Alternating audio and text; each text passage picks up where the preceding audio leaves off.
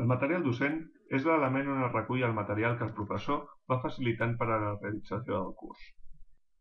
Es pot accedir al material docent a través de l'activitat de l'aula, fent clic al contingut que s'interessa i que es va publicar a una data en concret. Una altra opció és anar a la fitxa de material docent del menú principal. Aquí tenim agrupat tot el material docent publicat fins a data d'avui. Dintre de cada material docent podem trobar contingut de diferent tipus, des de textos fins a vídeos, passant per gràfics i presentacions.